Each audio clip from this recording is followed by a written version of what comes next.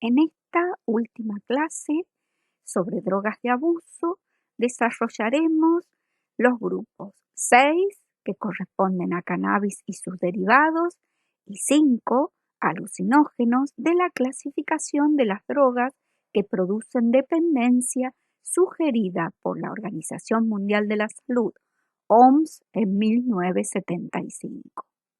Las preparaciones de la planta de cannabis han sido utilizadas con fines medicinales y o recreativos desde hace mucho tiempo.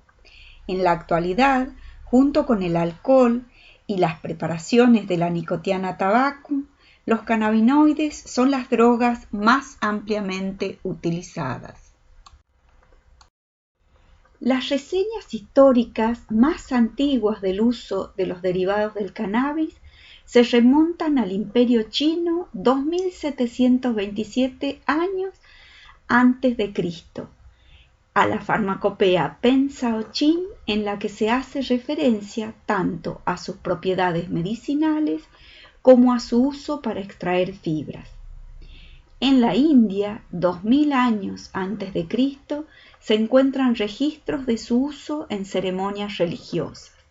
El cultivo de esta planta se extendió desde sus regiones originarias, probablemente Asia Central, hacia Occidente, fundamentalmente para extraer fibras para la elaboración de tejidos y sogas, aunque hay indicios del uso del aceite de cannabis en las preparaciones de tintes y barnices. 70 años después de Cristo, Dioscórides, médico, farmacólogo y botánico de la antigua Grecia, describe las preparaciones de la planta como analgésico y para frenar el deseo sexual. En los países árabes, esta planta se introdujo hacia el siglo IX, donde el consumo del cáñamo como sustancia psicoactiva fue muy común en algunas sectas islámicas para soportar las largas horas de meditación y ayuno. Al continente americano llegó en el siglo XVII con los españoles, quienes utilizaban las fibras para suministrar aparejos a la Armada española. En Europa, su uso no se hizo frecuente hasta mediados del siglo XIX y aparecen en Francia los clubs des achinchins, como los de fumadores de opio. Su uso se popularizó en los años 60 y desde entonces su consumo no ha dejado de crecer en casi todos los países. La planta de cannabis es una planta anual, dioica, con tallo macho y tallo hembra. Crece en zonas templadas y puede tener una altura que va de 1,5 a 6 metros. Normalmente las hojas están dispuestas en forma de palma, con unas 7 o más hojas por palma. Cada hoja es alargada y con bordes dentados, de color verde oscuro en contraste con el embés. Todas estas características son influenciadas por el ambiente en el que se desarrolla, principalmente por la temperatura y la luz.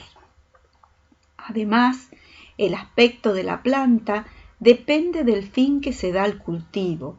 Así, la que se utiliza para la producción de fibras tiene tallos rectos y pocas ramas, mientras que para obtener droga de abuso son más frondosas.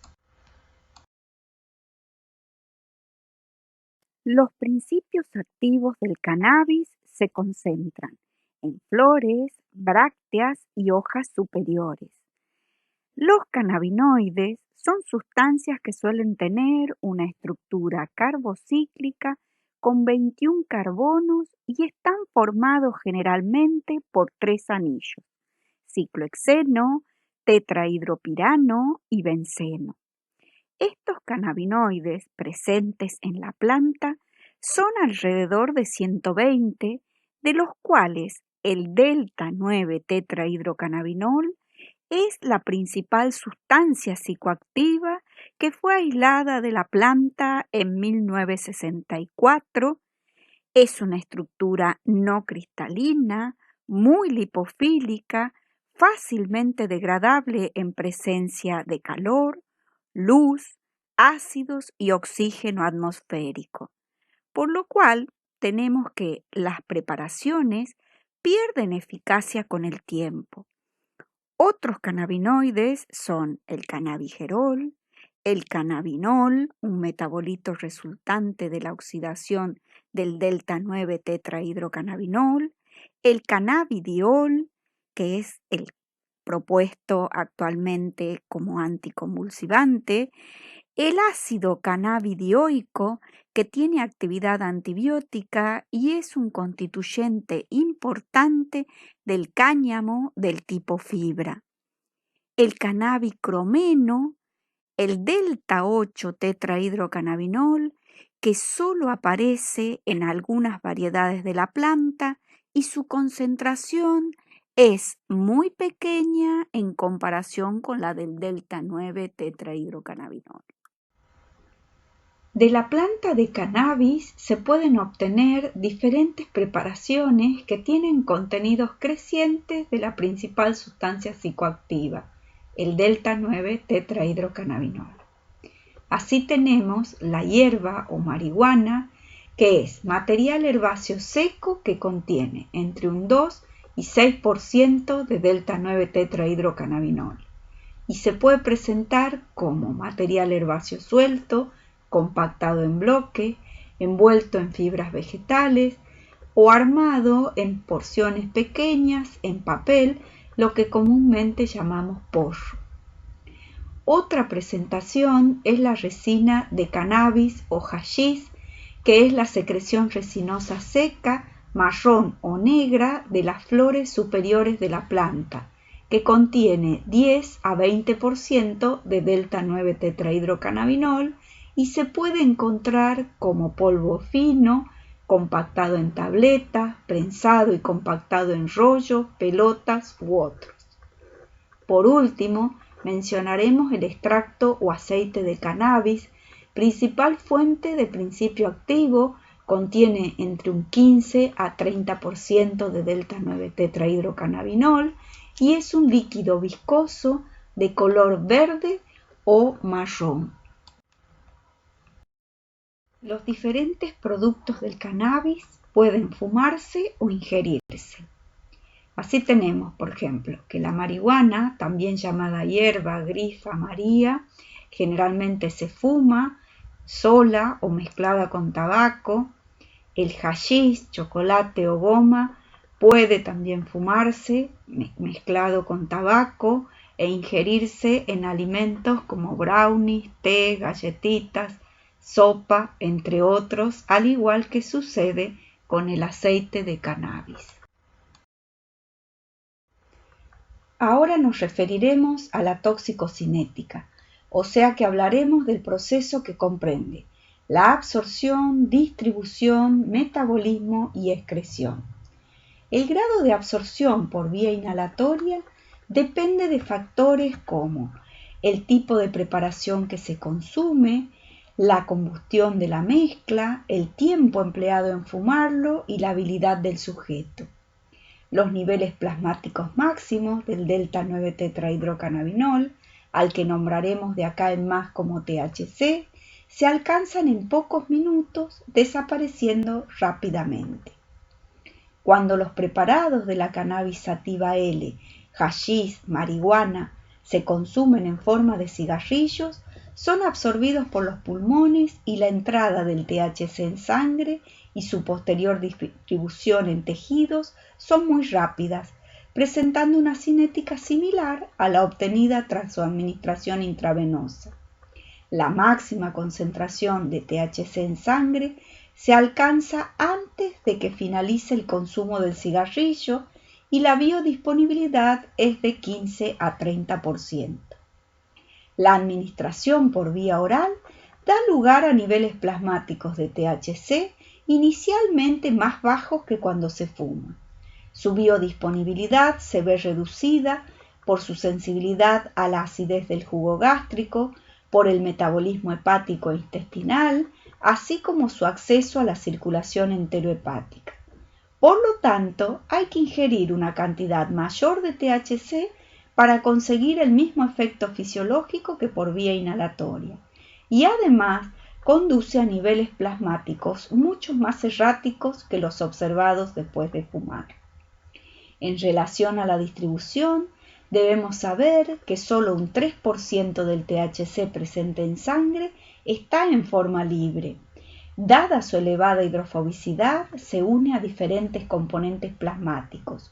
Un 9% está unido a las células sanguíneas, un 60% a las lipoproteínas plasmáticas y el resto a albúmina. Esta misma propiedad explica su rápida penetración en los tejidos, sobre todo en aquellos que están altamente vascularizados: pulmón, hígado, riñón, corazón, estómago, vaso. Posteriormente pasa al tejido adiposo, que junto con el vaso son sus principales depósitos. La droga puede tardar varias semanas en ser totalmente eliminada tras el cese de su administración. Su retención en estos reservorios hidrofóbicos amortigua la penetración del THC en el cerebro, donde su concentración y la de sus metabolitos es más baja. Suele ser un 1% de la concentración plasmática máxima. El THC y su metabolito, el 11-hidroxi-THC, son los que en mayor proporción se acumulan en los tejidos. La paulatina liberación del THC desde estos almacenes tisulares a la sangre enlentece la caída de los niveles plasmáticos de este compuesto tras el cese de su administración. La excreción o eliminación se produce en un 75-80% por vía biliar, lo encontramos en S, 20 y 25% por orina, donde el metabolismo mayoritario es el ácido delta-9 tetrahidrocannabinoico.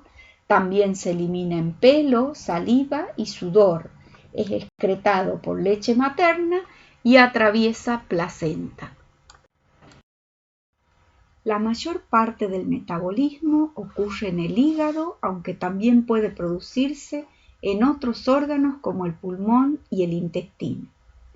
La primera enzima que actúa en el catabolismo del delta-9-THC es el citocromo P450, que lo oxida a derivados mono, di o trihidroxilados. La primera hidroxilación suele producirse en el hígado a 11-hidroxi-delta-9-THC. Este compuesto tiene una actividad farmacológica parecida a la del THC y puede oxidarse a ácido delta-9 tetrahidrocannabinoico u 11-NOR-9-carboxi-delta-9-THC o volver a hidroxilarse. En el segundo caso se convierte en 8,11-dihidroxi-delta-9-THC, que puede ser hidroxilado en la cadena lateral para finalmente conjugarse y eliminarse. El 11-NOR-9-carboxi-delta-9-THC o ácido delta-9 tetrahidrocannabinoico, que se elimina en su mayor parte por la orina, se usa como marcador del consumo de marihuana. También en orina se puede detectar la presencia del 11-hidroxi-delta-9-THC, además del ácido delta-9 tetrahidrocannabinoico, ambos en forma libre o conjugada. La concentración de este ácido no muestra una correlación apreciable con la cantidad presente en sangre. Ahora debemos tener en claro que los cannabinoides endógenos anandamida o 2-araquidonilglicerol o los exógenos como el THC proveniente de la planta de cannabis o productos de síntesis como la nabilona, cannabinoide sintético análogo del THC presente en el medicamento que se comercializa como Sesamet, para ejercer su acción se unen a los receptores cannabinoides neuronales. También es importante recordar que se consideran agonistas y antagonistas cannabinoides no solo a los procedentes de la planta cannabis sativa, marihuana, sino también a aquellos compuestos que interaccionan con receptores para cannabinoides, de los que hasta ahora bien caracterizados y clonados están los CB1 y CB2, pero se supone que existen otros receptores adicionales. Por último, tengamos presente que el THC, al unirse al receptor CB1, que está acoplado a proteína G, inhibe la adenilato ciclasa, lo que se traduce en una disminución del AMP cíclico, que es un rasgo común a la activación de receptores opioides, dopaminérgicos y cannabinoides, lo cual puede significar que este mecanismo está en la base de las propiedades reforzadoras de estas sustancias como drogas de abuso. Un dato que apoyaría esta hipótesis es que los agonistas CB1 estimulan el área tegmental ventral, una importantísima área de recompensa, y que el THC aumenta selectivamente los niveles extraneuronales de dopamina en la corteza del núcleo accumbens, lugar identificado como clave en el efecto reforzador de las drogas de abuso. La distribución de los receptores CB1 y CB2 se encuentra en estrecha relación con los efectos fisiológicos y farmacológicos de los cannabinoides. Precisamente, la alta densidad de receptores CB1 en los ganglios basales se relaciona con los marcados efectos que estos compuestos ejercen sobre la actividad motora, y su presencia en áreas hipocampales y corticales explica sus efectos sobre el aprendizaje y la memoria, así como las propiedades anticonvulsivantes de los mismos. Además de su localización en cerebro, los receptores CB1 se localizan en el tracto gastrointestinal, sistema vascular, próstata, útero, ovario, entre otros. Por otra parte, la distribución de receptores CB2 es mucho mayor en la periferia, siendo menor su expresión en el sistema nervioso central. Los receptores CB2 se localizan fundamentalmente en vaso, amígdalas faríngeas y en distintas células del sistema inmune, linfocitos B, aunque también, pero en menor proporción, en monocitos y linfocitos T. La localización del receptor CB2 en tejido inmune es responsable de las propiedades inmunosupresoras de la marihuana, aunque el receptor CB1 también se exprese en este sistema. Los efectos adversos derivados del consumo de cannabis van a depender en gran medida no solo de la frecuencia de consumo, efecto dependiente de la dosis, sino de la concentración de cannabinoides de cada dosis, la experiencia del consumidor, el tiempo de consumo, y cabe destacar que la edad de inicio en el consumo supone un importante factor a tener en cuenta, ya que en la actualidad este momento se está adelantando a edades preadolescentes, cuando todavía no se ha completado el desarrollo y maduración de la persona, hecho que podría ser determinante en la aparición de efectos crónicos adversos a largo plazo. Los efectos físicos agudos derivados del consumo de cannabis se deben en gran medida a los efectos anticolinérgicos de los cannabinoides e incluyen sequedad de boca, enrojecimiento ocular, visión borrosa, disminución de la tensión arterial y aumento de la frecuencia cardíaca como mecanismo compensatorio, disminución de la capacidad de reacción, incremento de las sensaciones percibidas, pérdida de la coordinación y enlentecimiento psicomotor. Entre los efectos físicos crónicos destacan alteraciones del sistema inmunológico con posible incremento de la aparición de cáncer que supera, en el caso del cáncer de pulmón, a la probabilidad de aparición de esta enfermedad en fumadores de tabaco. aumenta el riesgo de infarto agudo de miocardio, infertilidad, fibrosis hepática en sujetos con hepatitis y continúa en debate el posible incremento del riesgo de epilepsia en estos consumidores.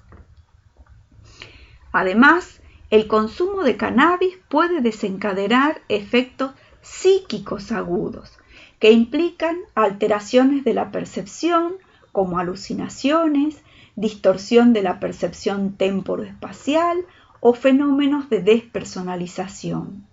También se han descrito crisis de ansiedad, crisis agudas de carácter psicótico, euforia, excesiva locuacidad, así como alteraciones de las funciones cognitivas, como disminución de la memoria a corto plazo o el enlentecimiento en el pensamiento.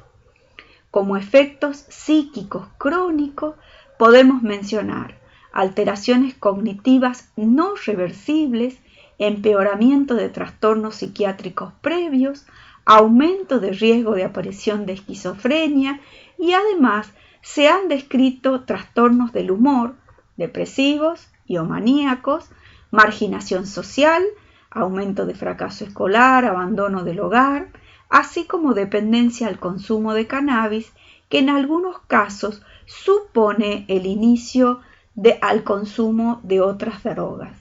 Cabe destacar que el consumo de cannabis durante el embarazo puede derivar en alteraciones cognitivas y o psicopatológicas de los hijos durante la adolescencia. El uso de medicamentos que contienen sustancias sintéticas o naturales provenientes del cannabis es un hecho que no podemos dejar de mencionar porque representa un nuevo e importante escenario tanto en el área de salud como en la de investigación analítica. Los primeros medicamentos aprobados en 1985 por la Administración de Alimentos y Medicamentos de los Estados Unidos, FDA por sus siglas en inglés, fueron el Marinol, que contiene dronabinol, y el Sesamed, que contiene el análogo sintético del THC, la nabilona, que fueron indicados como antieméticos de los tratamientos con quimioterapia del cáncer y como estimulantes del apetito en pacientes con HIV. Pero además resulta relevante no dejar de mencionar que pueden tener otras aplicaciones terapéuticas. En esta tabla se presentan 5 medicamentos derivados del cannabis. De ellos, el Sesamed fue comercializado en Argentina por el laboratorio Investifarma Sociedad Anónima, autorizado por ANMAT, Administración Nacional de Medicamentos, Alimentos y Tecnología Médica, en el periodo comprendido entre 2006 y 2015. Los medicamentos Sativex y Epidiolex son extractos de cannabis en los que se aisló delta 9 tetrahidrocannabinol, cannabidiol o solo cannabidiol respectivamente.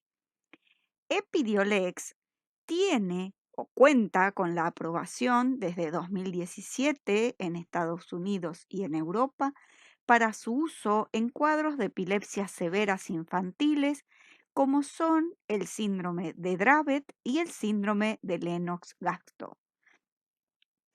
En relación al Combupidiol, que también es un extracto de cannabidiol de la planta de cannabis, diremos que ANMAT en septiembre del 2020 autorizó al laboratorio Aleph Medical Argentina, Sociedad Anónima, la inscripción en el Registro de Especialidades Medicinales REMS a este producto con nombre comercial Combupidiol y nombre genérico Cannabidiol. El mismo será elaborado en la República Argentina con condición de expendio bajo receta archivada y se utilizará para el tratamiento del síndrome de Dravet y Lennox-Gastaut. Las drogas alucinógenas son un grupo heterogéneo de sustancias capaces de provocar alteraciones sensoriales. Son sustancias naturales o sintéticas que tradicionalmente han estado relacionadas con rituales religiosos y ceremonias mágicas en numerosas culturas, de las que en general se acepta que no producen dependencia. Para denominarlas en farmacología se utilizan indistintamente los términos alucinógenos, psicomiméticos, psicodislépticos o psicodélicos. Ahora vamos a tratar de definir o de diferenciar el término alucinación de ilusión. ¿Cómo se define alucinación? Alucinación se define como la percepción sensorial sin fundamento en el mundo exterior o que no se origina a partir de un estímulo físico externo, aunque sin embargo se siente esa percepción como real. En cambio, ilusión es la interpretación falsa de una imagen sensitiva real. Un ejemplo de ilusión sería, por ejemplo, si ustedes están mirando por una ventana, viendo una película, por ejemplo, y sienten un ruido porque el árbol golpea sobre la ventana y uno mira hacia ella e imagina la presencia de un ser extraño. Lo que estamos haciendo es una falsa interpretación de una imagen sensitiva real. De acuerdo a lo expuesto hasta ahora, podemos decir que los alucinógenos provocan una alteración del estado de conciencia con diferentes grados de percepciones visuales y auditivas, que son sustancias psicodélicas que actúan como catalíticos de sentimientos y pensamientos, no meramente alucinógenos, y que los alucinógenos, bajo control internacional, incluyen a la dietilamida del ácido lisérgico, LSD, la mescalina, principio activo del peyote, y la psilocibina presente en ciertos hongos. Además, encontramos a las anfetaminas alucinógenas y a la fenciclidina, conocida también como PCP. Los alucinógenos se pueden clasificar en función de su estructura química y de su similitud con determinados neurotransmisores del sistema nervioso central. Y así tenemos que podemos diferenciar, por ejemplo, 4 grupos. Derivados, en donde encontramos en el primer grupo a los derivados de las catecolaminas, en donde tenemos a la mescalina, que es el alcaloide principal del cactus del peyote y presenta efectos comparables a los de la dietilamida del ácido lisérgico, LSD, en los que predominan las acciones simpático-miméticas. También en este grupo de derivados de las catecolaminas encontramos a la elemicina y la miristicina, que se encuentran en la nuez moscada y solo poseen propiedades psicomiméticas a altas dosis, o sea, dosis muy elevadas. Por último, dentro de los derivados de las catecolaminas podemos mencionar a las metoxianfetaminas, que son variantes anfetamínicas con propiedades alucinógenas. El segundo grupo, derivados del cornezuelo, de alcaloides del cornezuelo del centeno, es un grupo relacionado con el ácido lisérgico. El producto alucinógeno prototípico y mejor estudiado es la dietilamida del ácido lisérgico, LSD y es el compuesto de referencia para el estudio de los efectos farmacológicos de los alucinógenos. Pero acá también encontramos en este grupo 2 a la ololiuqui, alucinógeno sagrado del sureste mexicano.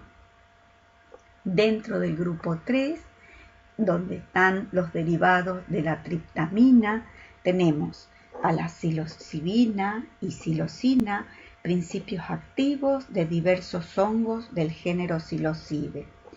Pero también tenemos a la dimetiltriptamina DMT, que se encuentra en plantas como la virola, pero también puede ser obtenida sintéticamente, lo mismo que la dietiltriptamina. Otros derivados triptaminérgicos de interés son la ibogaína, presente en la iboga, arbusto pariente lejano del café, originario de África, cuyas raíces contienen los principios activos. También acá encontramos a los alcaloides de la armala, armina, armalina, armalol, que son algunos derivados de principios activos de bebidas alucinógenas, como ser la ayahuasca, que es un brebaje obtenido por la cocción de dos plantas, Banisteriopsis caapi, conocida también como soga del ahorcado o enredadera del alma, y hojas de Psychiatra viridis, ambas crecen en el Amazonas. También tenemos a la bufotenina. La bufotenina se encuentra, que es la 5-hidroxi-NN-dimetiltriptamina o N-dimetilserotonina, se encuentra en el reino animal, en las glándulas cutáneas del sapo Bufo vulgaris y en las plantas como la Anandemantera columbrina, variedad Seville. Por último, dentro del grupo 4, en donde encontramos otras sustancias alucinógenas, podemos mencionar al cannabis y sus derivados, a drogas como la fenciclidina y también opiáceos.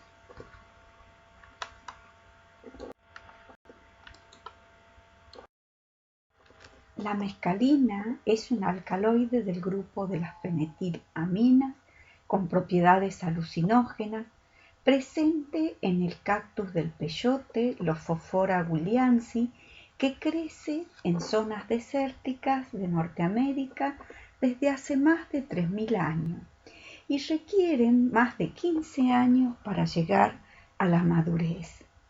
El peyote, cactus pequeño, globular, redondo y de menos de 12 centímetros de diámetro, fue la primer planta alucinógena que se estudió químicamente a finales del siglo XIX. Se aisló de él un alcaloide cristalino al que se lo llamó mescalina, ya que este alcaloide se extrajo de los cactus secos conocidos con el nombre de botones de mezcal. La química de la mescalina es similar a la del neurotransmisor noradrenalina. La mescalina estructuralmente consiste en 3 grupos metoxi unidos a un anillo bencénico en las posiciones 3, 4 y 5, además de una cadena lateral alifática con un grupo amino. Esta mescalina ha sido usada al menos desde hace 5.700 años por nativos del continente americano. Esto la convierte posiblemente en el más antiguo alcaloide usado. Aunque el cactus más estudiado que contiene mescalina es Lophophora williamsi, existen otros que también contienen el alcaloide.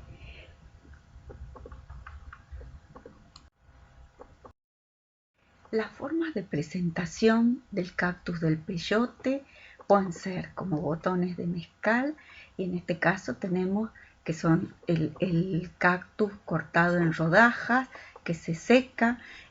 Los mismos pueden estar en cápsulas, pero también tenemos el polvo de mescalina que puede venir en cápsulas o tabletas.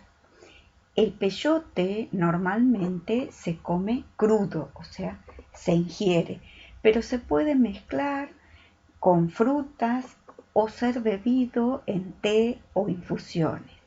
Entonces, se ingiere de forma fresca, en su forma fresca, o en su defecto, en su presentación seca. La dosis estándar es de 2 a 3 peyotes medianos o grandes. No hay un modo predecible para estimar la cantidad de mescalina que contiene cada peyote. La cantidad es determinada por la variedad, el tamaño y la edad del vegetal, aunque podemos encontrar en bibliografía que la dosis media es de 200 a 500 miligramos de mescalina, lo que podría equivaler a 5 gramos del cactus. Cuando se consume mescalina, el comienzo de la acción se presenta entre los 60 a 90 minutos después de su ingestión. La duración de la misma se encuentra entre las 7 a 10 horas. Entonces tenemos una sustancia que es activa por vía oral, que tiene una semivida de 6 horas y que el 60 a 90% se excreta en orina sin metabolizar. Estos efectos inmediatos están relacionados con alteración del pensamiento, del humor y la percepción sensorial. Estas distorsiones sensoriales del tipo sinestésicas se traducen en trastornos en la percepción de los movimientos activos y pasivos. Además, se producen alucinaciones visuales que consisten en colores brillantes, formas geométricas y a veces formas humanas. Pero también se produce un estado de ansiedad y una disminución de las funciones intelectuales. A corto y a largo plazo, los efectos son similares a los de la dietilamida del ácido lisérgico, pero acá debemos tener presente que la mescalina es 4000 veces menos potente que el LSD. Entre los efectos podemos mencionar euforia, hilaridad, prominentes signos de excitación fisiológica, que a dosis baja predomina la euforia y a dosis altas o grandes dosis las distorsiones visuales progresan hacia intensas pseudoalucinaciones del color y movimiento. El descubrimiento de las propiedades psicodislépticas de la dietilamida del ácido lisérgico fue casual. La hizo Kaufmann, un investigador de los laboratorios Sandoz, quien la sintetizó en 1938 junto con otros ergoderivados, son derivados de alcaloides del cornezuelo del centeno, y la denominó LSD-25, ¿sí?, por ser la estructura número 25 de una serie de síntesis. Durante los años 50, el interés por el LSD fue puramente científico. Se pensaba que podría ser de utilidad para conocer mejor la fisiología del sistema nervioso central y la patogenia de las enfermedades mentales. Ya en los años 60, el LSD fue, junto con el pacifismo, uno de los elementos integrantes más importantes del movimiento hippie. También por esa época fue objeto de uso en psiquiatría, sobre todo para personas con falta de autoestima y rígidos mecanismos de defensa. Pero en los años 70 se declaró ilegal el uso libre de LSD. Esta droga es una droga semisintética derivada del ácido lisérgico, es una sustancia cristalina, incolora, inodora e insípida, soluble en agua y etanol, que se presenta impregnada en papel, en mini tabletas y cápsulas y además también en láminas de gelatina. Aunque la dietilamida del ácido lisérgico se absorbe bien por cualquier vía, la habitual es la oral. Y la dosis puede ser de 25 a 200 microgramos. La metabolización de la dietilamida del ácido lisérgico, LSD, se realiza a nivel hepático por hidroxilación, N-demetilación, N-de-etilación y se conjuga, ¿sí?, para eliminarse.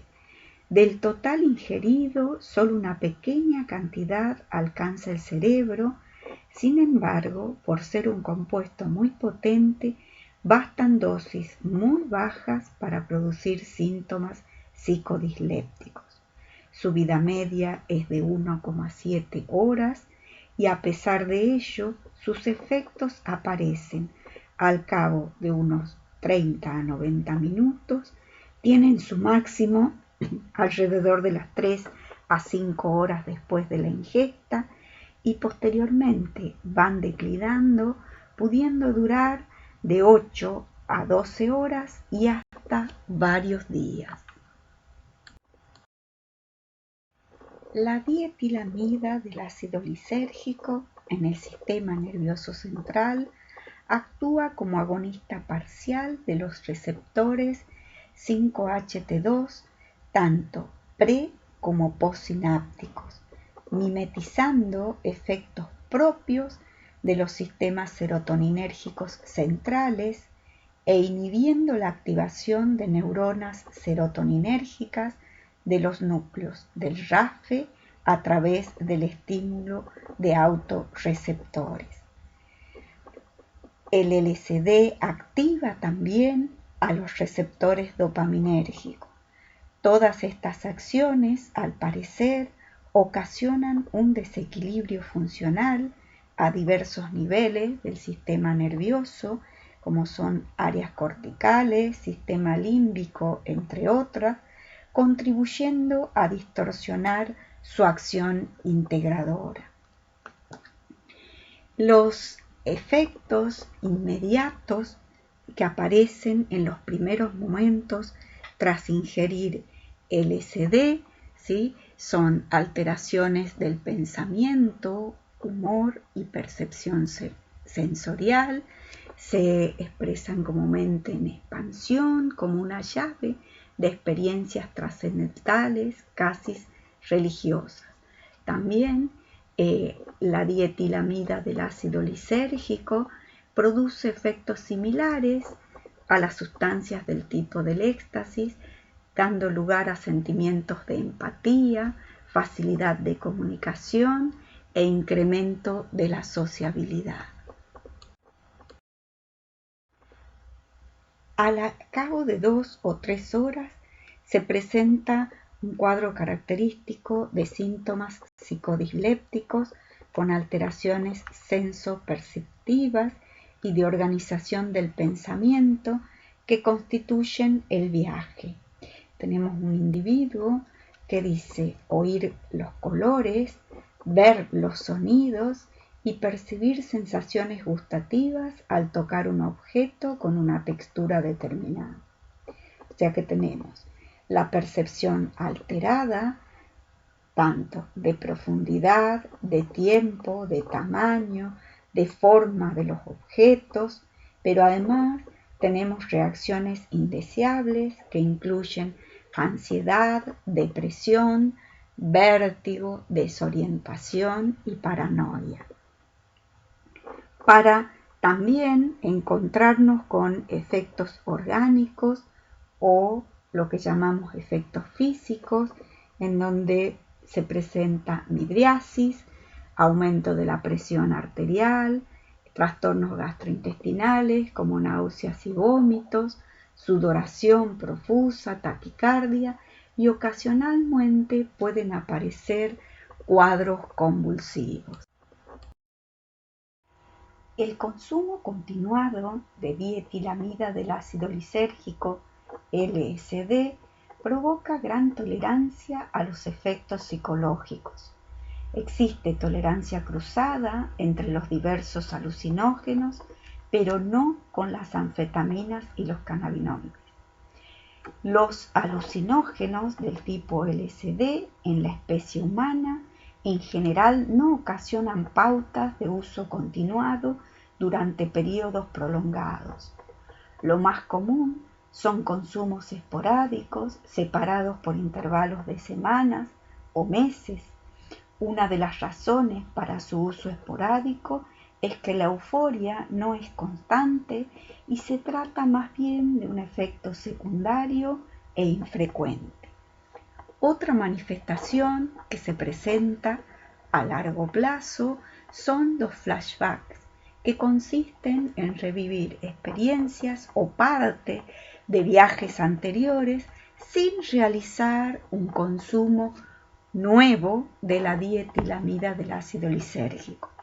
Estos flashbacks afectan al 15 o 20% de los consumidores y pueden repetirse durante meses. Ocasionalmente, luego del uso de LSD, sigue un estado de ansiedad y depresión prolongada. Aunque debemos tener en cuenta o tener presente que el cese del consumo de alucinógenos no produce sintomatología de abstinencia. El Psilocybe cubensis es el nombre científico de una especie de hongos psilocibios llamados así debido a sus propiedades enteógenas, resultado de las diferentes sustancias químicas que poseen principalmente la psilocina y la psilocibina. En el vocabulario popular, en Argentina, Chile, Paraguay y Uruguay, se conoce como cucumelo, y en Brasil, en portugués, como cogumelo, del latín cucumellum, pequeño caldero.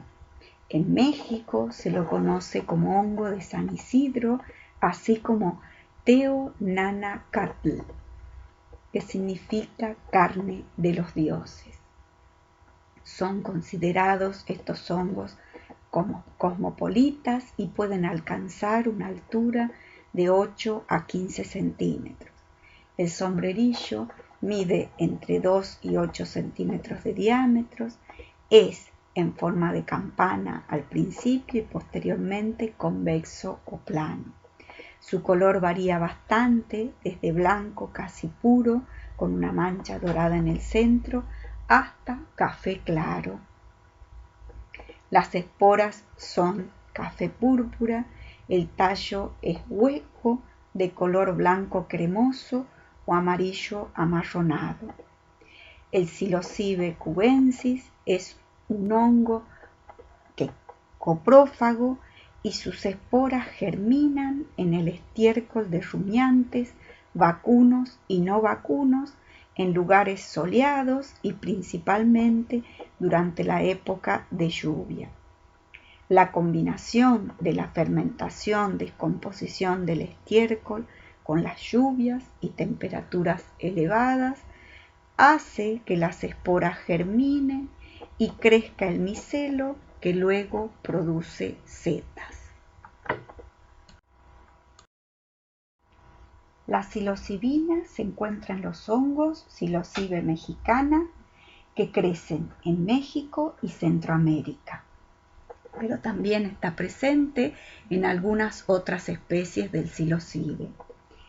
La psilocibina es la 4-orto-fosforil-dimetiltriptamina. Las formas de presentación de estos hongos son el hongo intacto y seco, las preparaciones crudas de los hongos y también material en polvo dispuesto en cápsulas. La forma de abuso está relacionada con la ingesta oral. Estos hongos se pueden consumir crudos, cocidos o fermentados en brebajes. Se estima que la dosis media es de 2 gramos de hongos y que este correspondería a unos 20 a 40 hongos. Tras la ingestión de estos hongos, los efectos comienzan al transformarse la psilocibina en psilocina. En esta transformación, que es un proceso de desfosforilación, participa la enzima fosfatasa alcalina y da lugar a la formación del metabolito activo psilocina. En relación al comienzo de la acción de estos hongos, podemos decir que se encuentra entre los 30 a 45 minutos post ingesta y que la masticación prolongada puede acortar ese periodo de tiempo. En cuanto a su duración, sus efectos duran menos que los de la dietilamida del ácido lisérgico, LSD, ya que, como vemos, ellos se encuentran entre las 3 y 6 horas de duración. La ingestión de estos hongos da lugar a alteraciones del pensamiento, humor y percepción sensorial. Acá tenemos que hablar también de las sinestesias, que sería la mezcla de varios sentidos. Por ejemplo, oír los colores, ver los sonidos y percibir sensaciones gustativas al tocar un objeto con una textura determinada.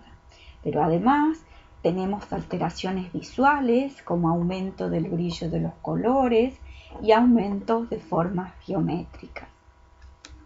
Los efectos a corto y largo plazo son similares a las experiencias suaves con dietilamida de ácido lisérgico.